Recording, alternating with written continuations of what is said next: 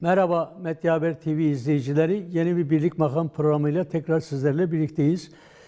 Doğrusu bu Birlik Makam programının konusunu bu haftanın siyasal gelişmeleri olarak belirlemek yerine bir yıl boyunca Alevileri ilgilendiren önemli gelişmeler yaşandı.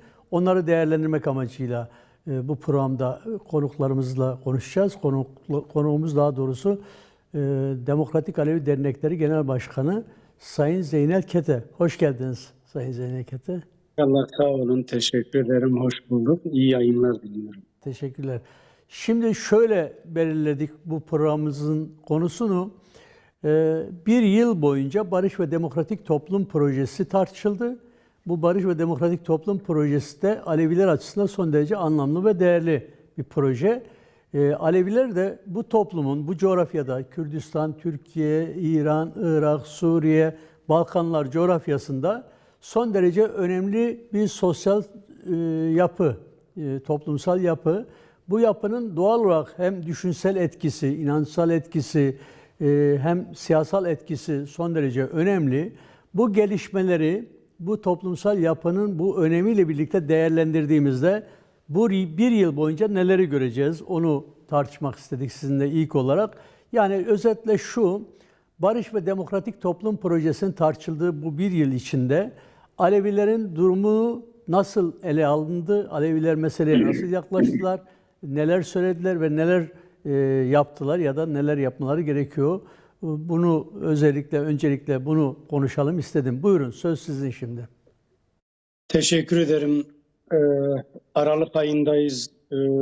Bazen bazı ayların zamanın, mekanın ruhu vardır. Aralık ayında Maraş katliamı oldu.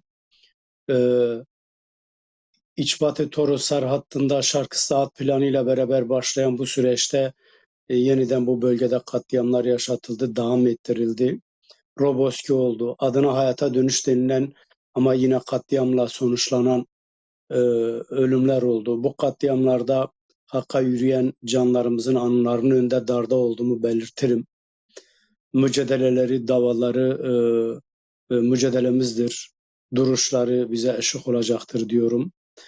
Yani yaşamın olduğu her yerde, savaşın yoğun olarak yaşandığı her yerde yaşam ancak barış ile anlam kazanır, ancak barış ile görüşebilir.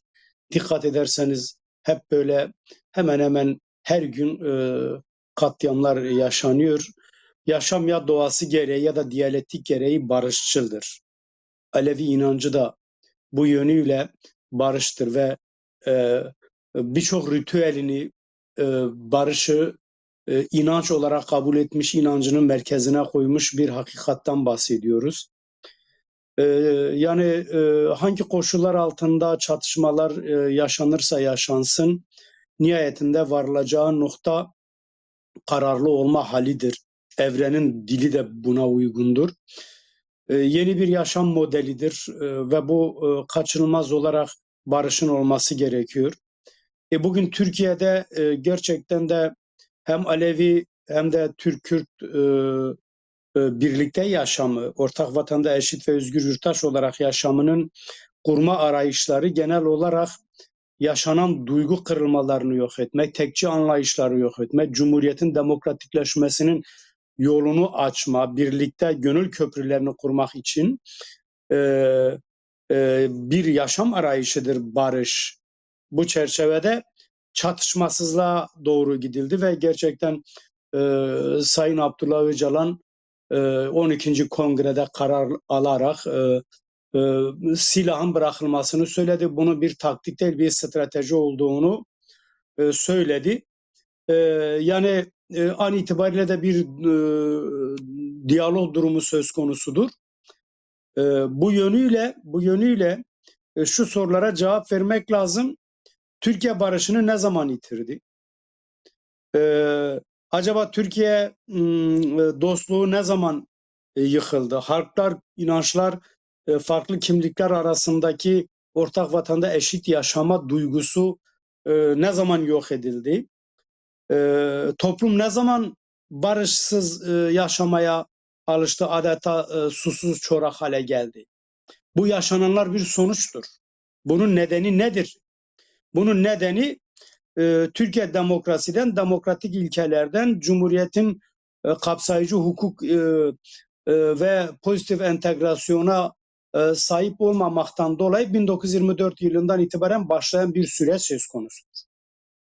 Ve üniter devlet yapısı, ulus devlet yapısı kendisini tekçilik üzerine kurmuştu. Bu yönüyle barış ve demokratik toplum perspektifini açıklarken üç temel ayak üzerinde oturtmuşlardı. Kapsayıcı hukuk, pozitif entegrasyon ve komünal demokrasi. Yani Türkiye'nin bu duruma gelmesinin nedeni tekçi, milliyetçi, dinci, Türkçü, cinsiyetçi, Hanifici, Maturidi yorumu esas alan bir anlayışın temel nedeni kapsayıcı hukuk ilkelerinin olmaması.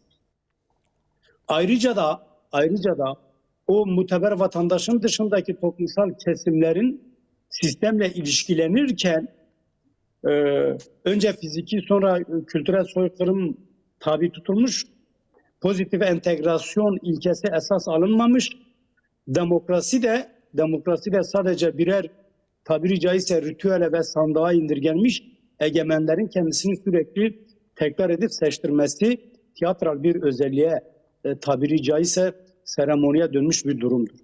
Bütün bunlardan dolayı kaybeden kim olmuştur? Kaybeden bu ülkenin ötekileri olmuştur. Peki Aleviler bu süreçte ne yapmalıdır? Şimdi Aleviler de özellikle son 30-40 yıl genelde 100 yıllık örgütleme, söylem, dil, kendilerini var etme anlayışına baktığımızda demek ki bu tarz bir örgütlemeyle Cumhuriyet'in demokratikleşmesine adım attıramamışlar. Bunu da bir öz eleştiri olarak söylemek zorundayız. Yani bir yerde sorunsallık varsa o sorunsallıkla da ilişkilenme diyalektiği söz konusudur. Sorunsallık ve ilişkilenme eğer kazan ve kazan üzerine ise, karşılıklı birbirini var etme üzerine ise, simbiyotik ilişki üzerinde ise, muhatabına da kazandırıyor, ona da demokratik tahammüllere esnek hale gelmenin yolunu açıyorsa bu size de kazandırır. Ama an itibariyle hem bugüne kadarki demokratik alandaki Kürt siyaseti hem de Alevi toplumsallığı sistemle ilişkilenme tarzında ne sisteme bugüne kadar kazandırabilirler, düzenli bir şekilde Cumhuriyeti demokratik hale getirebilirler, ne de kendilerini kazandılar. Bu yönüyle Alevi toplumu barışı kendi inancının da gereği olarak barış ve demokratik toplum esas almış ve barış, demokratik toplum ya da komünal yapı sadece bir araya gelmek değildir. Toplumsal, ekonomik, kültürel, estetiksel, siyasal olarak örgütlenmedir. Ve bunun Alevi inancındaki karşılığı ocak sistemidir. Bu da bu inancın kök hücresidir. Bu yönüyle Alevi toplumu barış ve demokratik toplum perspektifine en üst düzeyden ikrar vermeli. Barışın olması için de bu mücadelenin öznesi olmalı. Barış hiçbir zaman devletçi, iktidarcı yapılar tarafından bir ihsan olarak verilmez. Barış talep edilir, toplumsallaştırılır. Bu yönüyle de bu kapsayıcı hukuk, pozitif entegrasyon, komünal temel ilkeler Alevi inancının da temel ilkeleridir. Aleviler bu yeni yıla girdiğimiz 2026 yılında barış ve demokratik toplumun öznesi olurlarsa kazanırlar. Aksi takdirde Cumhuriyet'in 2. yüzyılında farklı bir soykırımla karşı karşıya olduklarını belirtmek isterim. Tamam, ben tam orada araya girecektim ama gerek kalmadı. Siz toparladınız. Şimdi ben şunu özellikle sizin altını çizerek belirttiğiniz noktanın devamı olarak o konuda görüşünüzü sormak istiyorum. Şimdi Alevi toplumu, Kürt Aleviler, Türk Aleviler, Arap Aleviler, Roman Aleviler genel olarak ve gayri ekseriyetiyle, büyük çoğunluğuyla barış ve demokratik toplum sürecini destekledi. Bunu çeşitli etkinliklerle, çeşitli açıklamalarla ortaya koydu. Ancak bu sürecin gelinen aşamada sizin de belirttiğiniz gibi devletten beklenen bir lütuf olmayacağına göre barışın ve demokrasinin toplumsal bir mücadeleyle elde edilmesi gerekiyor. Dolayısıyla Alevi toplumunun daha etkili mücadele yöntemleriyle barış ve demokratik toplum sürecine güç ve destek sunması gerekiyor. Bu konuda durum ne? Aleviler bir yıl boyunca barışı ve demokratik toplum sürecini, bu perspektifi desteklediklerini her fırsatta ifade ettiler. Bunun için gerekli olan her türlü etkinlikte bulundular. Kaygılarını da gündeme getirdiler her seferinde. Bu da doğruydu. Ama gelinen yerde daha güçlü bir toplumsal tutum belirlemek gerekiyor. Ne bileyim işte kitlelerin sokaklara dökülmesi, etkinlikler yapması, eylemler yapması gerekiyor. Bu aşamada Alevi toplumunun bu konudaki pozisyonu nedir sizce?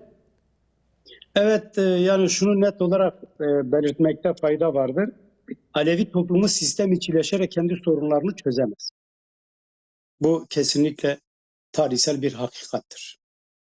Yani mevcut mekanlarının bazı fiziki ihtiyaçlarını karşılamak Alevi sorununu çözmez.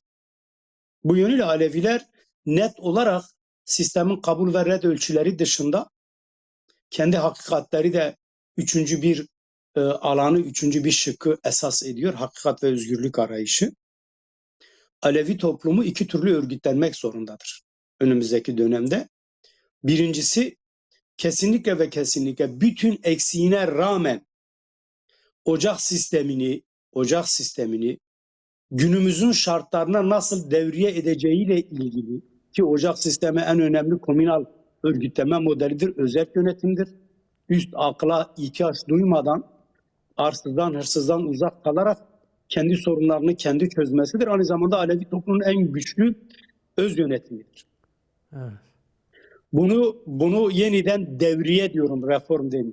İkincisi de, yani biri inanç alanında, ikincisi de siyasi alanda örgütlenmez.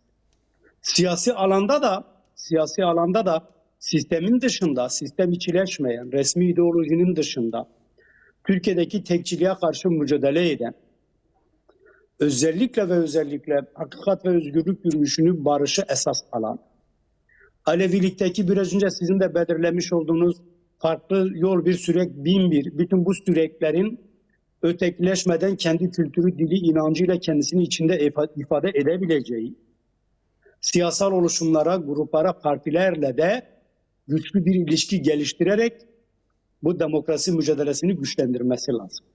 Yani sistemin kabul ve red ölçülerinin dışına çıkarak ve bu ölçülerin dışına çıkan bütün toplumsal kesimlerle güçlü ilişkiler geliştirmesi lazım.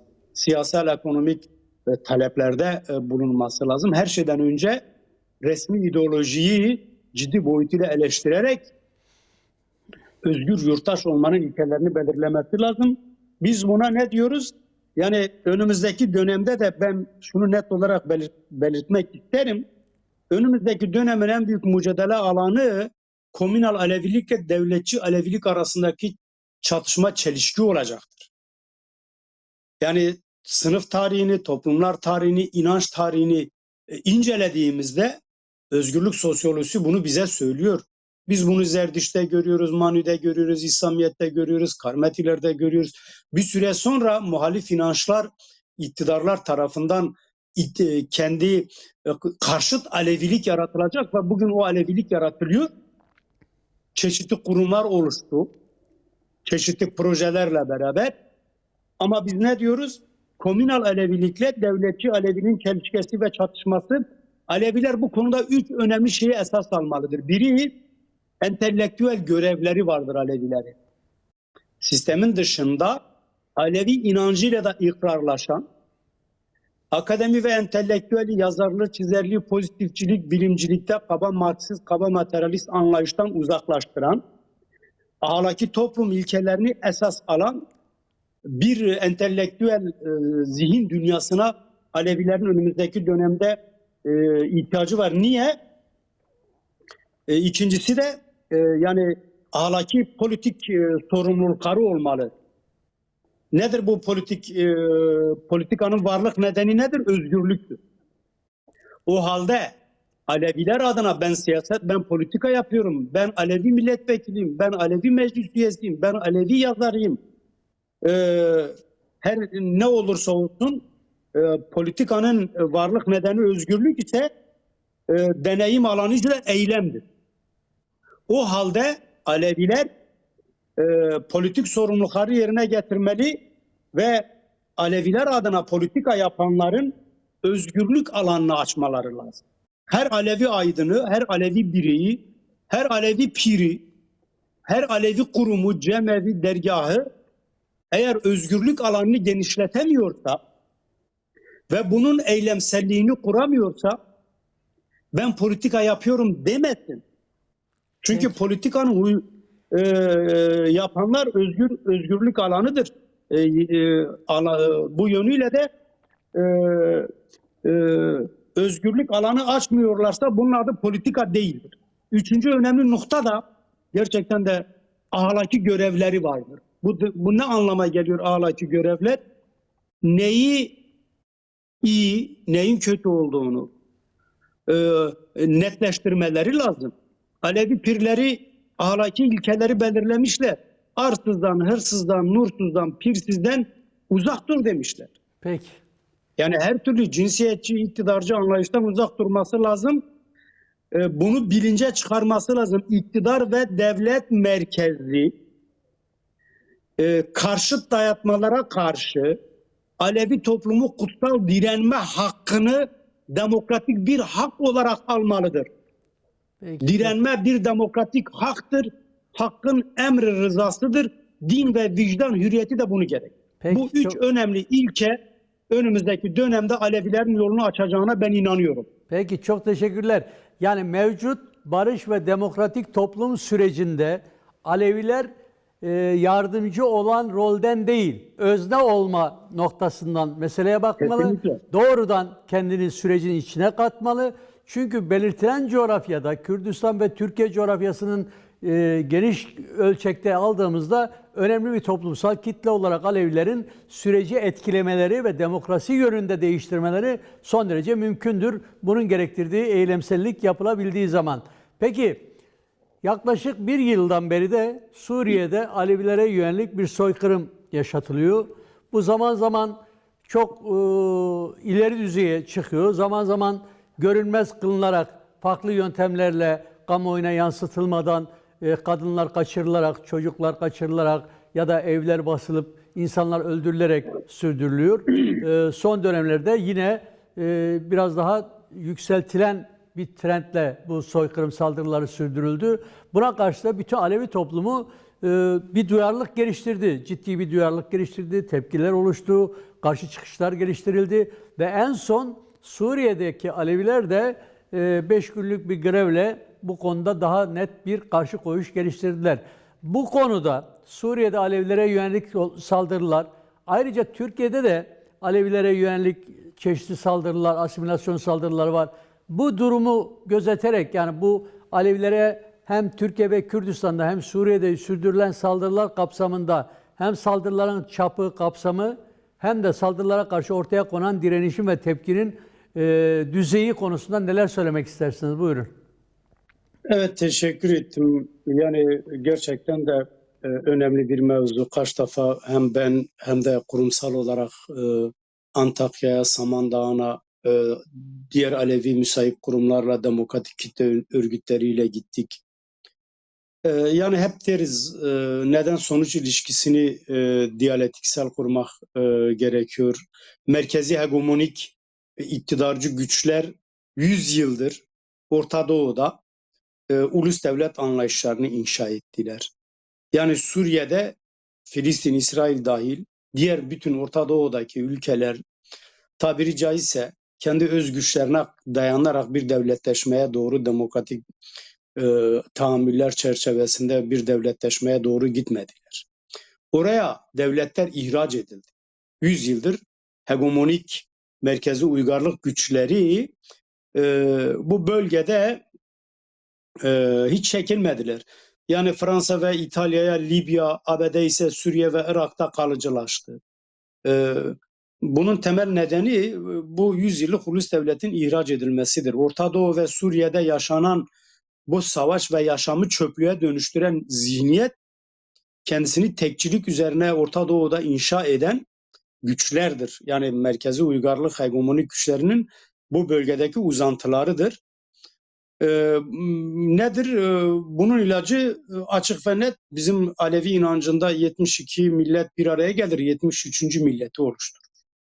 Bu 72 alem diye de tanımlanabilir. 73.sü demokratik toplumdur. Yani 70 Gürü Hünacı diye tanımladıkları 72'nin bir araya gelerek ikrarlı, rızalı, demokratik, ahlaki, politik toplum, bu demokratik toplumdur. Bu demokratik ulustur. Açık ve net bunu adını koymak lazım. Aleviler de bunun adını koymalılar. Şimdi Orta Doğu'daki ulus devletler iktidardayken şunu yapıyorlardı. Mevcut iktidar tekçi rejime karşı muhalefet, hakikat arayışı, özgürlük arayışı artmaya başladığında İran, Irak, Suriye, Filistin vesaire, Türkiye'de buna dahil, iki önemli şeye başvuruyorlar. Biri içte otoriterleşme ve dışarıda genişleme ve sürekli bir düşman algısı oluştu. Yani ne zamanki insan hakları mücadeleleri olduğunda çeşitli yasalarla beraber ideolojik ve zor aygıtlarıyla içte bir otoriterleşme, dışta da sürekli bir genişleme. İran'da da bu böyledi, Irak'ta da bu böyledi, Suriye'de de bu böyleydi. Gelinen aşamada Suriye'de yaşanan olay, bu çözülme, parçalanma aslında ta 2011 yılında başlamıştı. 2011 yılında başlamıştı. 2025 yılına sarkmasının da temel nedeni ideolojik ve paradigmasal olarak nasıl bir modelin hayata geçirileceğine dair merkezi hegemonik güçlerin ortaklaşmamasıydı. Halen Suriye'nin nasıl bir gelecek bekleyeceği de kestirmek güçtür. Şunu söylemekte fayda var. Özellikle Suriye'deki Arap halkı, Aleviler, Dürziler, o dediğimiz tekçi zihniyetin dışında kalan ahlaki politik güçlerin yapması gereken, orada gerçekten de birlikte ikrarlı, rızalı,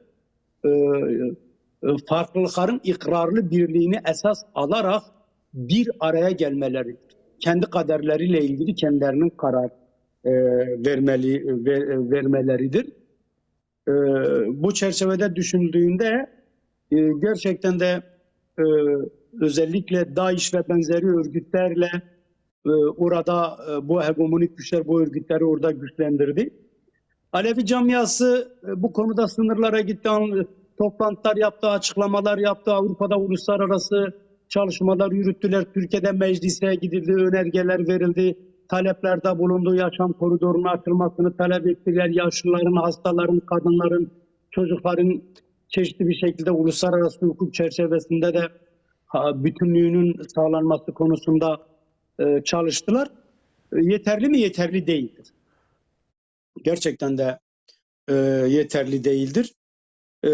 Yani tek neden merkezi hegemonik iktidar anlayışlarının yereldeki uzantılarda da kendini kurtarmak lazım. Yani Suriye'deki Arap Alevilere şunu müsait kurmamıza şunu demek lazım. Suriye'den hareketle şu sonuca varıp öyle tamamlayayım.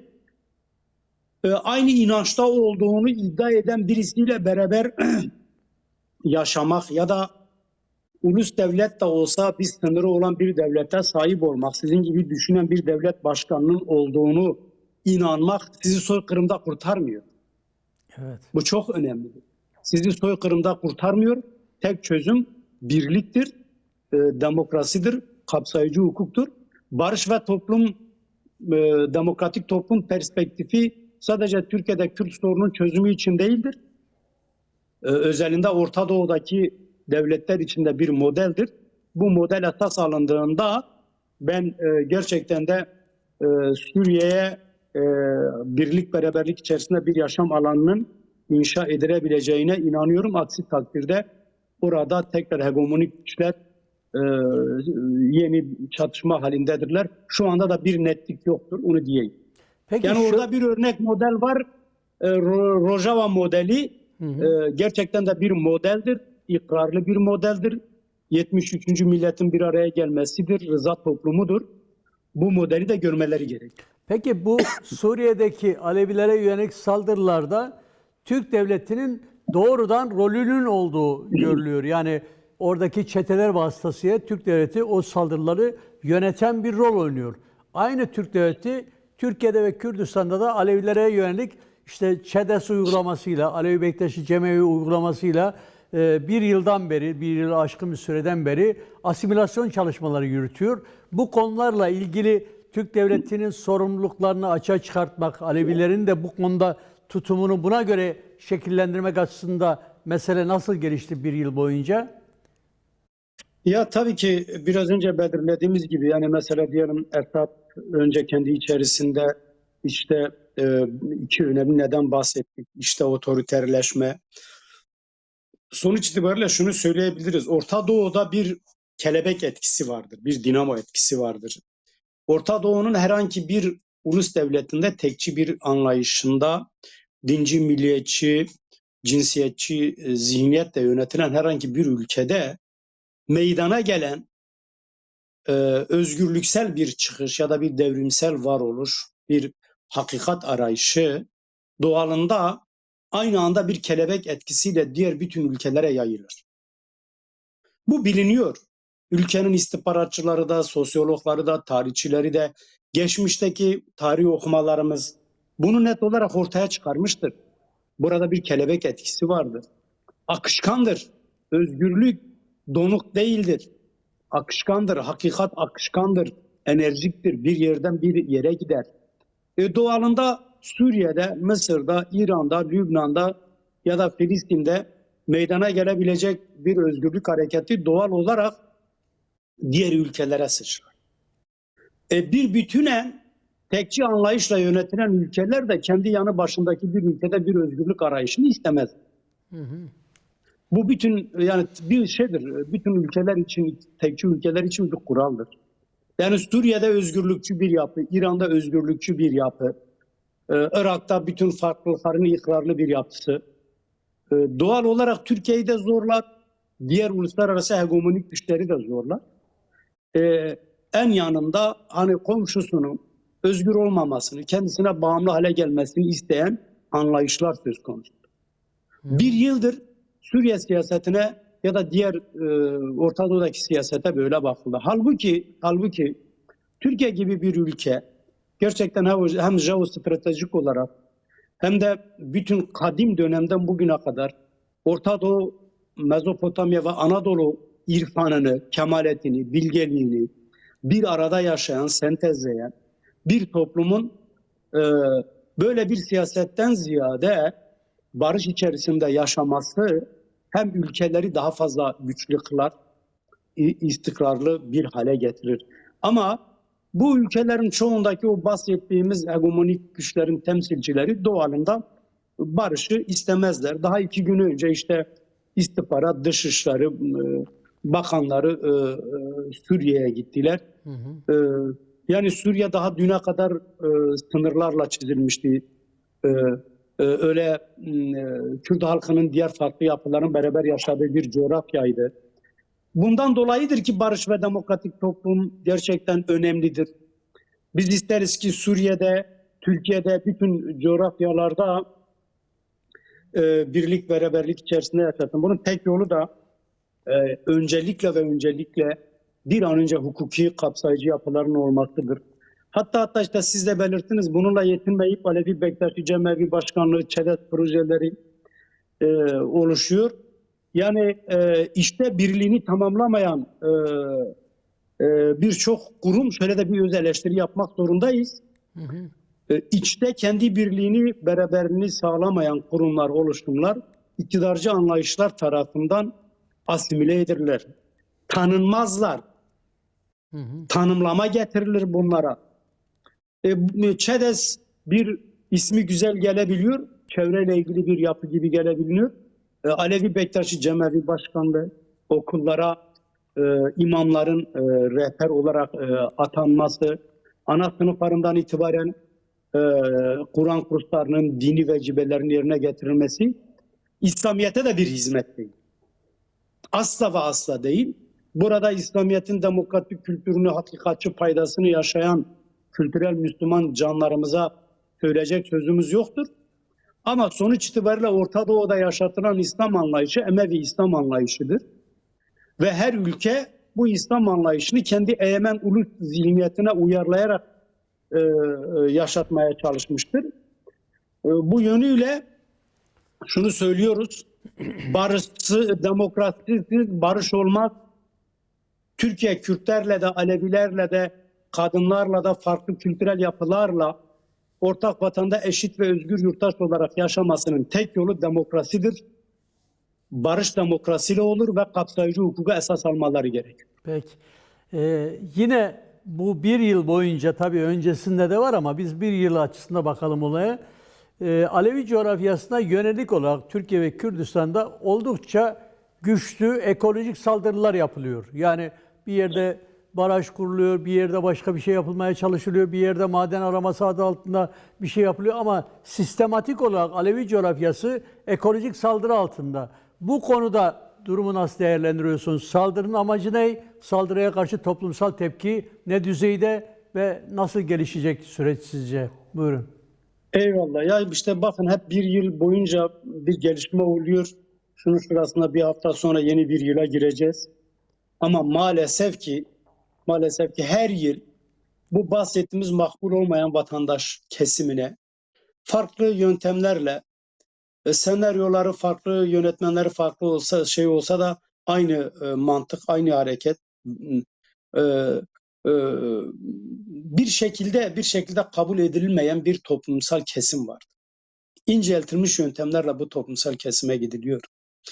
Yani gerçekten de bir yıl boyunca bütün Alevi coğrafyasında, Fırat Havzası'nda İçbatı Toroslara, Baba İshak hattından tutun, sadece ağırlıklı olarak Kürt Alevi coğrafyasına, onu da özellikle de belirtmekten fayda vardır.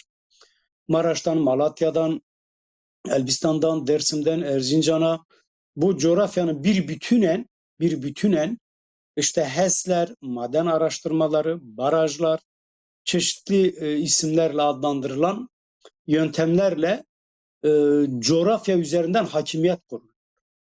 Nedir bu? Büyük bir yarılma yaşatılıyor. Buna Alevi toplumu ve Türkiye'deki muhalif kesimin, özellikle ekolojik, çevreci kesimlerin olayı basit bir enerji elde etme, bir maden arayışı, işte işçiler çalışıyor, çevre kirleniyor, mantığından öte derinlikli bir bakış açısı gerektirmeleri gerekiyor. Nedir bu bakış açısı? İlk yarılma, çelişki, sorunsallık ne zaman başladı? Avcı kültüründe başladı.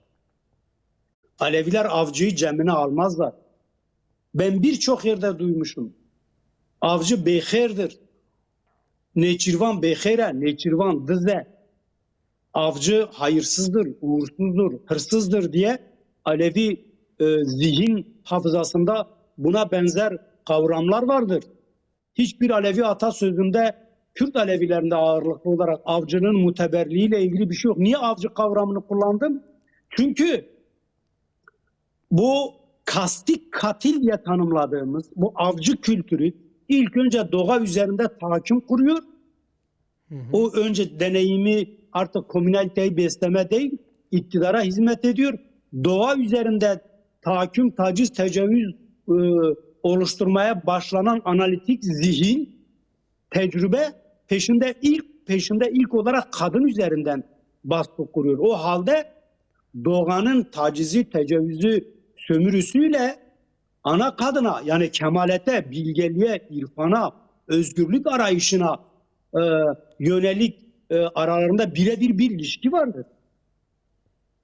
O yönüyle doğaya karşı ilk tahakküm oluşunca kadına toplumsal tahakkümle de oluştu ve böylelikle de ilk toplumsallıkta ekoloji rıza toplumunda doğaya tahakküm yoktu. Doğa kendisi de huazaydı. Kendini doğurandı. Herda dervişti. Mekanı Ana Fatma'ydı. Hızır'ın mekanı. Şimdi bu doğaya karşı bu kadar hegemonik uluslararası güçler ve bunların yereldeki yöneticileri, ki birçoğu da üstüne basa basa belirteyim, Alevi coğrafyasında son dönemlerde çeşitli şirketlerle beraber bu coğrafyaya gelenlerin ortaklarından birisi Alevi, birisi de daha çok iktidar kanadına yakın kesimlerden oluşmuş. Biri toplum üzerinden tahakküm kurarak toplumu rıza üretimini yapmaya çalışırken diğeri de devlet iktidar yanlısı bürokratik işlemleri çözüyor. Bak bunun altını özellikle de belirtmekte fayda vardır. Bu yönüyle Aleviler bu tip etkinliklerde o kişileri kesinlikle ve kesinlikle dara çağırmalı. Ocak pirlerine seslenmeli. Tacize, tecavüze uğrayan doğru bizim toplumsal hafızamızdır. Ziyaretlerimizdir, diyarlarımızdır, kutsal mekanlarımızdır. Daha Bargini'de Ağuçan pirlerinin Sekasur'da yakıldığı mekanın yanı başında maden aramalarına başlanılmıştı. Bir mezar taşına sahip olmak, tarihsel bir hafızaya sahip olmaktır. Bir kültüre sahip olmaktır. Geri gelmedir. Mekanla ikrarlaşmadır. Bu çerçevede doğa yok edildi mi, kutsal mekan yok edildi mi ne olacak? Orada kadına tahakküm de başlar, inanca tahakküm de başlar, değerler yok edilir, ahlaki yapın yok edilir, kemalet elden gider. Bunlar hepsi planlı, programlı kültürümüzü, hafızamızı, mezar taşımızı, varlığımızı, birliğimizi, dirliğimizi yok eden bir anlayıştır. Bu anlayış da sadece hukuki olarak değil, çünkü hukuk egemenlerin elindedir. Bütün Aleviler gerçekten de her bulunan meydanda pirlerini de önlerine alarak güçlü bir şekilde demokratik zeminde savunmalarını oluşturmaları demokrasinin, kültürünün gereğidir diyorum. Peki Pirim, şimdi programımızın sonuna doğru geliyoruz. Ben iki konuda görüşünüzü paylaşmanızı isteyeceğim. Birisi barış ve demokratik toplum süreciyle ilgili önemli bir aşama yaşanıyor. Bugünlerde görüşmeler, mecliste oluşturulan komisyonun yapması gereken, yapmayı planladığı görüşmeler bitti. Raporlar, partilerin raporları çıktı. Raporlarda, özellikle iktidar kanadının raporlarında demokrasiye dair hiçbir gelişmenin olmadığı görülüyor. Ama diğer demokrasiden yana olan partilerin, DEM Parti başta olmak üzere demokratik talepleri de ortada. Şimdi bu raporların birleştirilerek demokratik yasaların çıkartılacağı söyleniyor ya da en azından bekleniyor. Bu konuda Alevilerin ilgili olduklarını, yakından takip ettiklerini, Alevi kurumları olarak sizin bu konularla ilgili olduğunuzu biliyoruz. Dolayısıyla Alevi kurumları bu meseleye nasıl bakıyorlar? Bu raporlar ve sürecin bu aşamadan sonraki bölümünün nasıl gelişeceği konusunda neler düşünüyorlar? Sürecin çelişkilerin aşılarak demokrasinin gelişmesi yönünde ivme kazanması için Alevi toplumunun neler yapması gerekiyor? Biri bu. İkincisi Alevi toplumunun beklentileri ve yapabilecekleri. Birlikte değerlendirebilirsek, yani bu önümüzdeki süreçte neler bekliyorlar ve neler yapabilecekler?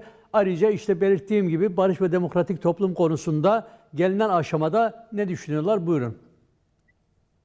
Teşekkür ederim. Yani evet, görüşmeler yapıldı, raporlar yazılıyor, partilerin raporları yansıdı.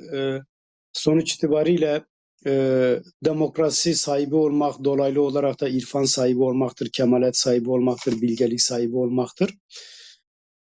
Ve dolaysız olarak demokrasi kültürüne sahip olmak demektir. Eğer hala silahların bırakılmasına rağmen daha düne kadar işte gelin de parlamento meclis yeridir, gelin burada siyaset yapın denilmesine rağmen Devlet Bahçeli'nin Sayın Abdullah Öcalan'la ilgili olarak işte gelsin meclis buradadır konuşsun söylemlerine rağmen hala kendi raporlarında böyle tekçiliği, demokrasi dışı, irfan dışı söylemlerde bulunmalarını çok da uzak bir şey değil. Sonuç itibariyle şunu net olarak söylemek lazım. Demokrasi mücadelesi bir süreç mücadelesi. Düzgün doğrusal bir hareket değildir. Hani halk şunu bilmelidir, Aleviler de şunu bilmeli, demokrasi güçleri de bilmeli. Yani bunun bir başlangıç noktası ve bitiş noktası yok. Bu mücadeleyle olacak bir şeydir. Sonuç itibariyle kim güçlüyse, kim örgütlüyse demokratik zeminde ne kadar çok demokrasi, o kadar az devlet, o kadar iktidar mantığıyla hareket ettiğimizde bu süreçte en fazla güçlü olan, demokrasiyi en fazla toplumsallaştıran, barışı en fazla toplumsallaştıran kesim doğal olarak hem kazanacaktır hem de kazandıracaktır. Nihayetinde o bahsettiğin AKP ve birçok partinin raporunda bunların olması yıllardır bu karşıtlık üzerinde cinsiyetçi, milliyetçi ve dinci bir söylemle bu toplumdaki hak arama mücadelesi engellenmiştir. Sorgulamanın önüne geçilmiştir. Ama gelinen barış ve demokratik toplum perspektifiyle beraber buyurun artık barış isteyenler var. Bu toplumun refahı niye yükselmiyor? İşte asgari ücret görüşmeleri vardır. Artık silaha, kurşuna para vermeyeceksiniz. O zaman emekçilerin hakkını verin. Dolayısıyla bu bir süreç işidir. Bu bir süreç işidir. Şeyi de anlamaya çalışıyoruz. Yani niyetinde yıllarca Kürt Alevi karşıtlığı üzerinden kendi tabanını konsolide eden bir anlayış da vardır. Bunlar bir şekilde mücadeleyle beraber çözülmesi gerekenlerdir. İrfanlaşmak biraz da budur. Yani her iki tarafın buluştuğu ortak noktadır. Ortak noktadır. Bu çerçevede hala güçlü yol alınmış mı? Değil. Bir an önce olayı sürece uzatıp demokrasi güçlerini en aza zayıf razı etme mantığı bu toplumda karşılık bulmayacaktır. Bunu net olarak söylemek lazım. Bir an önce hukukun mutlaka ve mutlaka kapsayıcı hukukun devreye girmesi lazım. Ve bu raporlardan da bir aklı selimin çıkması mücadeleyle orantılıdır. Alevi toplumunun beklentileri tabii ki bu çerçevededir. Niye? Çünkü en fazla barış, demokrasi, hakikat ve özgürlükten mahrum bırakılanlar ve bunun arayışını en fazla verenler aynı zamanda demokrasi ve barışı da en fazla korur. Bu demokrasi ve barış zihniyetini en fazla içselleştiren kesim olur. Demokrasi ahlaki ve politik toplumun işleyen halidir. Rıza toplumunun perspektifidir. Bir yerde ne kadar demokrasi varsa ahlaki ve politik değerler o kadar işlevseldir ve barışa da o kadar yol aldırılır. Peki Bu yönüyle Alevilerin şu şeyden kurtulması lazım. Yani sık sık söylüyor Alevi kurumları. Ya işte bunlarla barış olmaz. Öyle değil. Barış muhatabıyla olunur. Muhataplarla barış olunur.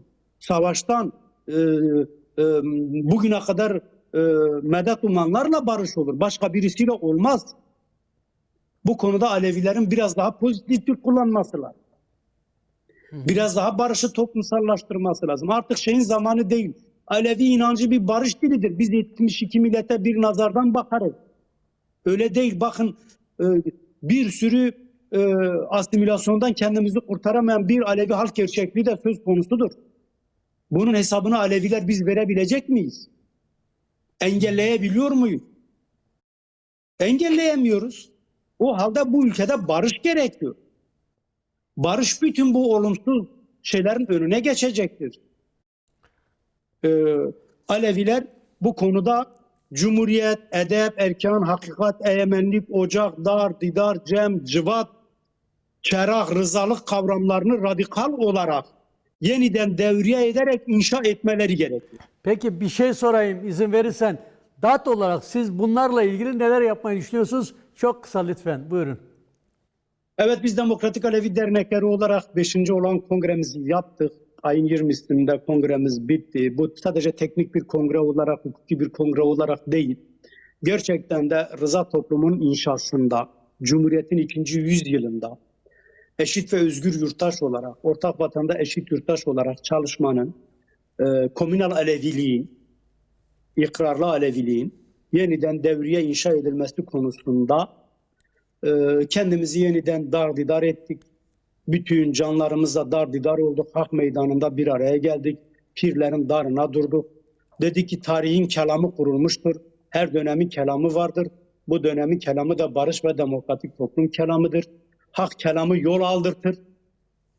Biz Aleviler olarak bütün demokrasi güçleriyle, Alevi kurumlarıyla, müstahip kurumlarla hem inanç hem de bir önce dediğim gibi siyaset alanında da barış ve demokrasi isteyen bütün güçlerle bir araya gelip Cumhuriyet'in demokratikleştirilmesi ve bu ülkede barışın inşası konusunda pervane olacağımıza dair pirlerimize, kutsal topraklarımıza ikrar verdik. Peki.